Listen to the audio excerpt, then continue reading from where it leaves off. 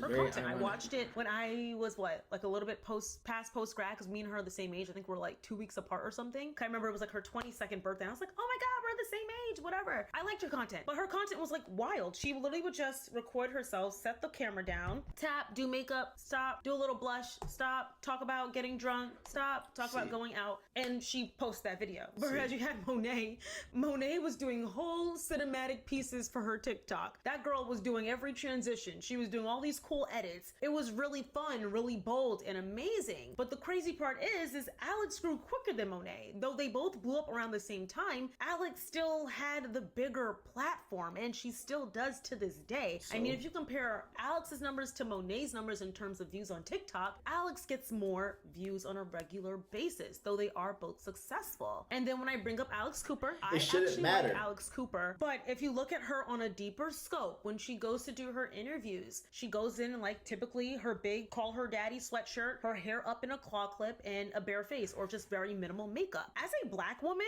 we cannot do that, okay? We have to put on our very best all the time. If my hair was not slicked back right now, y'all would not be watching it, okay? Because stop the fucking cap. Stop the fucking cap. Maybe it's just me, but I know it's not just me. Man, you are a beautiful black woman. I honestly, bruh, and you will hear this from majority of men. All right, let me talk about my melanated men. You will hear this from majority of the melanated men. I love females who have a messy bun up, who have oversized shirt on, oversized sweatsuit on, and just like looks like you're just lounging around the house and they just talking. I love my females like that. That would actually make me watch. I mean, I'm already watching now for content, but no, I would still be watching if you had a little messy bun. You don't have to. I mean, it's good that you put yourself together. It's your YouTube. You can do it however you want, bruh. Literally, if it's just a cozy, some type of cozy type of episode or a cozy thing or theme for your shit, put that shit on, man. You're thinking too much. I think, Tony, you're thinking too much deeper into it than it actually is. Just do what you want with your own content. You gotta focus on your own self, and that's not just for Tony. That's for everybody, man. Focus on yourself and doing your own content, man. You know what I'm about to do? Hold on. I was looking at the fucking mouse on the other screen. I was about to say something derogatory to myself, so y'all can see more of me. Y'all see how sexy I look, bro? It's crazy. Sexy motherfucker. I guess a messy bun on a white woman looks different than a messy bun on a black woman. Bro, here's the thing though. Yeah, it's going to. Because y'all have totally different styles of hair. But guess what? Yo, melanated people who fuck with you, who rock with you, they gonna fuck with that look. I know I would. I'm waiting for you to do that shit, please. And I'm glad. I ain't gonna lie. I've been having in my mind, like, when you gonna do the messy bun look? When you gonna do the messy bun look? I love it when you put yourself together. You look very beautiful. But guess what? No matter what, you will look beautiful looking like, not saying you, if you just woke up, like, brush your teeth and do what you do, but brush your teeth, no makeup, a little messy bun, and a little oversized shit you just threw on. That shit would get. I would fuck with it. And honestly, don't be worried about the views you get. Honestly, it's not all about the views. It's about what you put out and what you want to do. If you like dressing up, then dress up. Like, maybe, what's her face, Monique, maybe she enjoyed putting more thought and shit in her videos. Maybe that's just how she likes to do it. I don't know. Maybe I'm just out of the loop of not the TikTok shit. Maybe I'm just out of the loop of the content shit. I don't know. But I'm doing based off of do what you love, man. If you like putting more thought in your shit, go ahead, do it, man. Or if my makeup wasn't done. I think I've done like a very, very rarely some videos without makeup on, but no, overall I have a full face of makeup on every time I come on camera. And that's because as a black woman, we get respected less if we just don't do that. Or no, you don't get respected less. No, you don't get respected. There's no type of respect level that comes. If anything, you'll get way more respect if you did more of your videos without your makeup. Now, I don't know if you're just talking about the female perspective, but on a male perspective, I know you've heard this several times. Not just from me, but I know you've heard this several times from the people that you dated. I don't like my females that wear a lot of makeup. I don't like females that wear a lot of makeup. I tell every single girl, I'm gonna be honest, I don't like females that wear. I like my females that are naturally pretty. And you fuck it up with that makeup. Oh well, I have to. No, you don't. You're naturally beautiful. You're insecure if you wear makeup. I know I look good, and I'm talking to myself. I know I look good. I don't need makeup. Guess what? If I have a pimple, I don't have no concealer or anything to put on it. All I got is some fucking water, maybe a little bit of soap. I pop that bitch, and then shower, and then I fucking do my toner and shit like that. That's it. And I only did that today because I had like 3 or 4 pimples on my nose. I just got tired of looking at them. But I know that's my body detoxing. But if men are ugly, they just got to be ugly.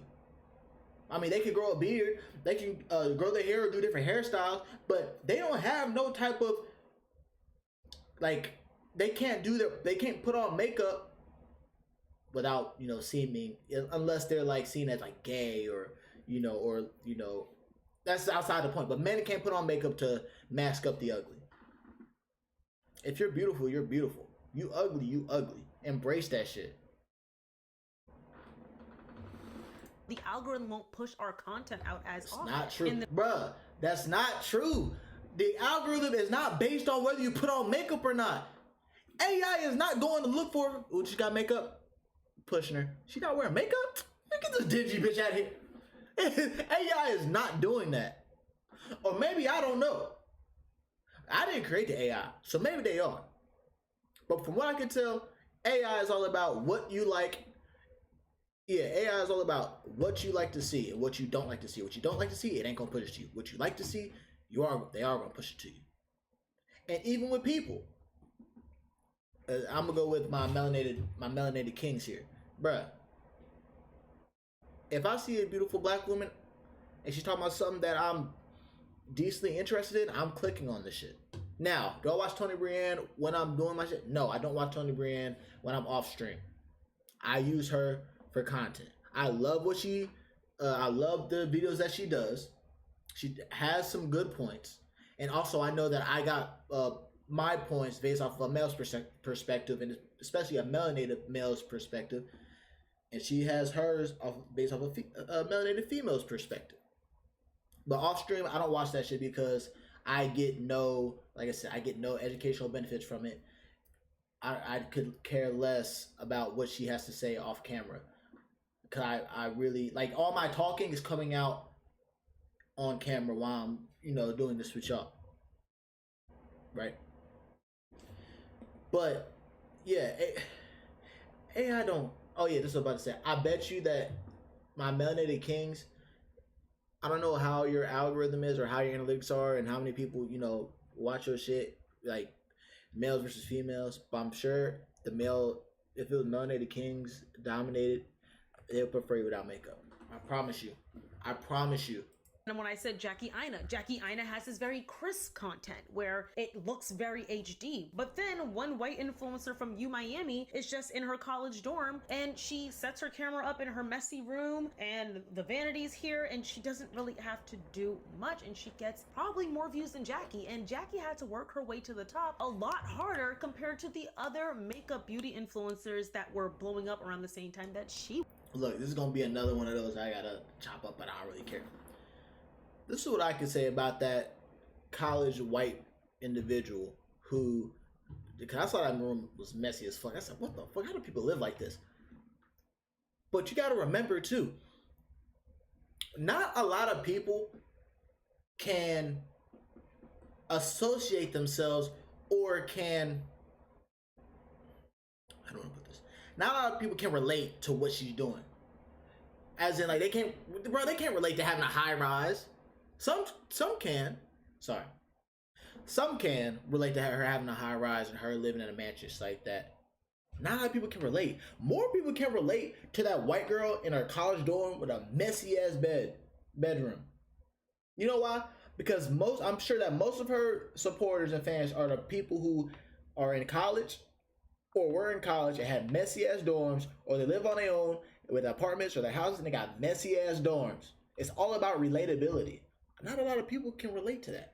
Now, people can watch that for motivation, for manifestation to get to where she's at. But a lot of people can't relate to the shit that she's doing. It's good for her content. It's good to help her push people. But you also got to think about the relatability of it as well. They were all blowing up, but Jackie Aina always seemed to feel like she was being left in the past. Even with me, with my commentary, I always try not to compare, but it does sometimes get frustrating when you'll see your white counterparts doing probably the same video, maybe even talking about the same topic. I'll get like this amount of views and they'll get significantly more views than me. Am I grateful for the platform? Absolutely. But you pay attention to those things when you see people that are lighter than you that are getting more views. And no, that's not me trying to play victim. Once again, I watch all types of commentary channels. Y'all will be shocked. I watch every race of commentary. I'm just a commentary watcher and I ended up becoming a commentary creator, which is super cool too. I watch everyone, but I noticed that I peep those little things, and a lot of the black creators that do commentary get shadow banned a lot more frequently when they talk about certain topics, especially when we're speaking about black people. We get blocked from being able to speak about these things because it's considered not suitable for advertisers. Why is that not suitable for advertisers? I just don't understand that. I guess it's a great thing that I'm still on the come up. I got like what? I think I just hit like 30 subscribers, I think. Hold on, let me see on my page. I'm at 36 subscribers right now. Shout out to everybody who followed and who followed my the real Nykel McCurry YouTube channel. I appreciate y'all. I love y'all. And on fucking joking, we had like 66, 67 subscribers. So shout out to y'all. I love y'all. I appreciate y'all with my whole heart. People say at the bottom of my heart, man, my whole heart. I appreciate y'all. I'm grateful. I'm gratitude to y'all. Man, gratitude to the Most High, my highest self, man. Without y'all, but what I was about to say was, I guess it's a good thing that I'm a smaller creator. I'm a very small. That's minimizing myself. In the 3D, I'm a smaller creator because I got like 36, but it's growing every day. But compared to like Tony Brienne in the 3D, I'm a smaller creator. I was about to say, I guess it's a good thing that I'm a smaller creator because I can go ahead and react to this shit that she's talking about. Man, I get shadow banned. My thing is, man, it's meant to find whoever is meant to find. No matter what, shadow ban or whatever, bro. You gotta focus on your content. As long as you're making great content, it's gonna find who it needs to find, and it'll blow up how it's supposed to blow up. The slower wins the race. Slower wins the race. Slower wins the race. They got the tortoise in the hare, man. The tortoise in the hare. But the major contradiction about this is that in this decade, in this year, black culture dominates every single trend. From music to aesthetics to slang to humor. Black creators are typically the start of these things going viral, but it's the white creators that get blown up for doing just that. I mean, if you guys remember from Love Island USA season 6, when Leah kept saying, oh, she did her big one. After that, he literally did his big one up there. Ooh. That was like a movie. And then in this season 7 of Love Island USA, one of the other cast members. I don't know if that was Hood or what, bro. I'm starting to become more familiar with these Love Island people because that's all I'm seeing with her, with Tony Brienne, and all my fucking TikToks. Now I'm just like, damn, maybe I should start watching that bitch. I don't know. Open up some wine and start watching that bitch. You got that bitch Hooda. JT, you know you should have been with start tweeting. I don't know. I'm not gonna do that, but a thought came across my mind though. First said, oh, so and so did their big one, and then I saw somebody comment, oh my god, like she's copying Leah. Baby girl, that is AAVE. That big one phrase comes from black culture. Same with the sounds that we use, the humor. Like I said again, a lot of what is going viral and what is making these white creators stand out more comes from AAVE and comes from black culture. Sorry, just had to say that much. So when you do start seeing Canceled. these sounds You're trend, or canceled, these Tony. videos trend, and it starts off with black creators, it is very shocking to see white creators take that spot. I don't know if you guys saw the Super Bowl this year, well, the halftime show at least, with Kendrick Lamar, when he had Samuel L. Jackson being like the narrator for his set during the halftime He was show. Uncle And Sam. Samuel L. Jackson says, "Too loud, too reckless, too ghetto." Loud, too reckless, too ghetto. Mr. Lamar, do you really know how to play the game? Then tighten up. To me, when he said that, it connected to the fact that Shout out when to Samuel L. black Jackson. women or black people Oh, in general do oh, hold on. And I told you, bro.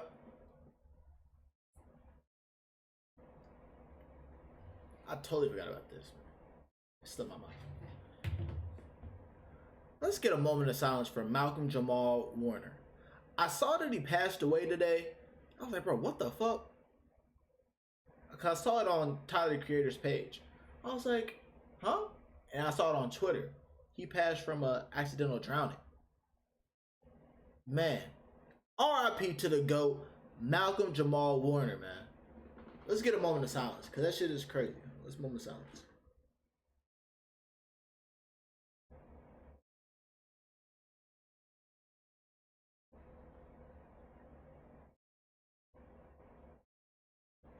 All right, let's get back to it. That shit was crazy. I was like, bro, what the fuck? He was only 54 years old, and damn, I almost ended the stream.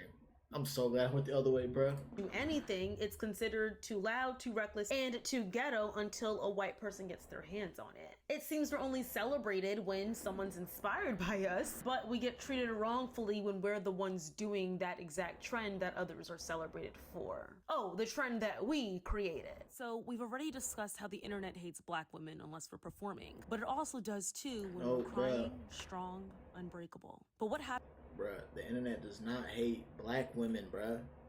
Now, if black women are acting fucking ratchet and retarded and just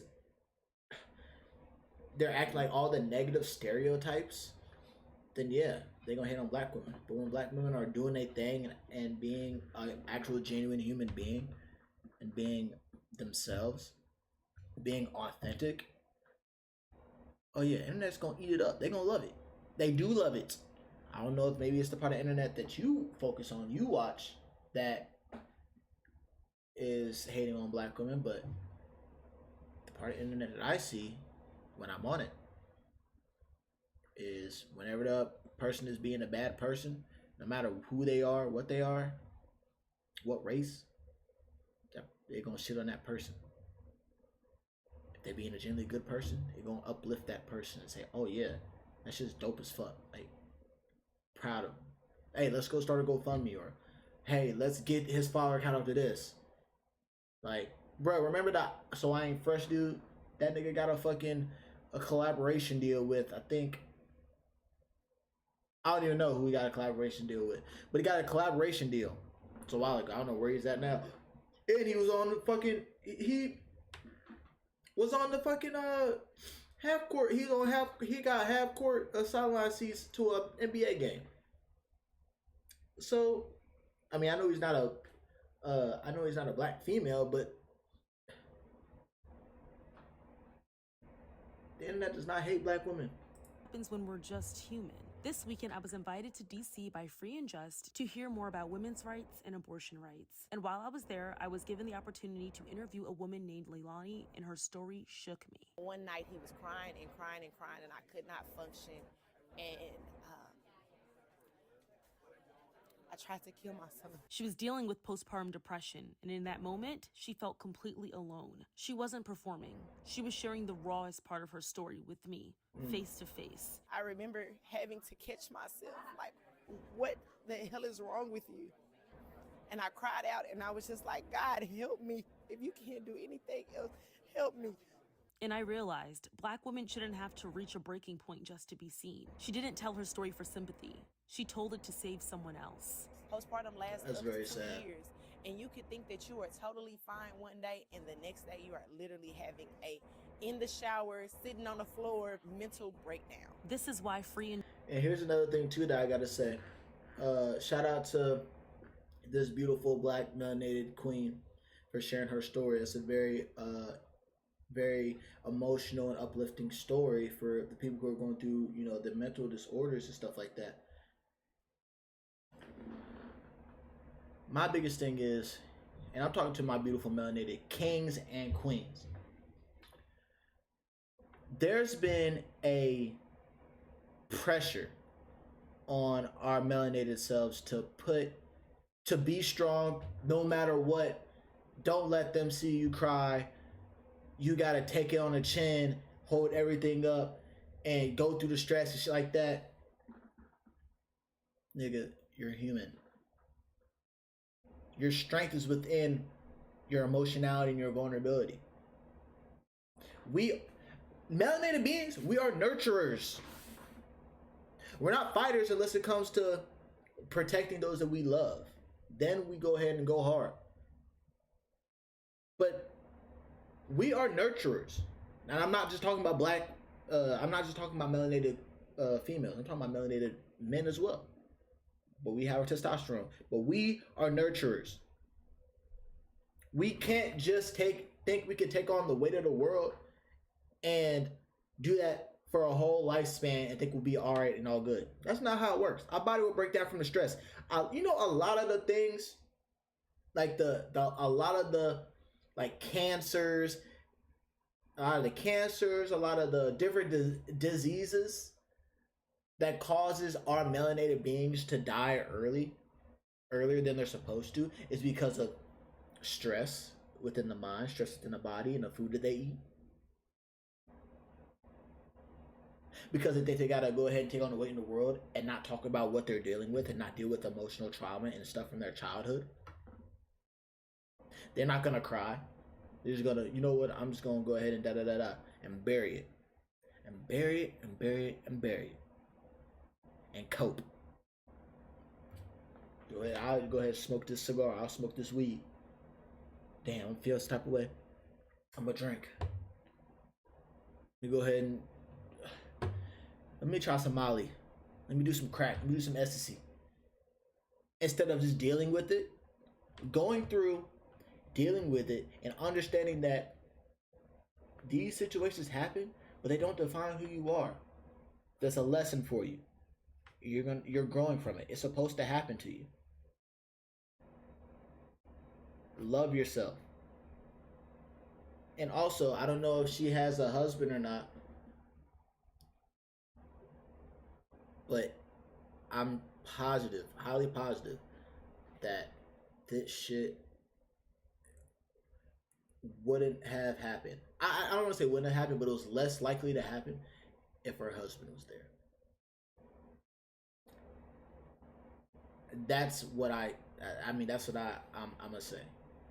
I'm sticking to that. Her trying to kill her baby, her almost killing her baby, would have happened if she had a husband or her baby daddy there. That's why you wed before you get into bed.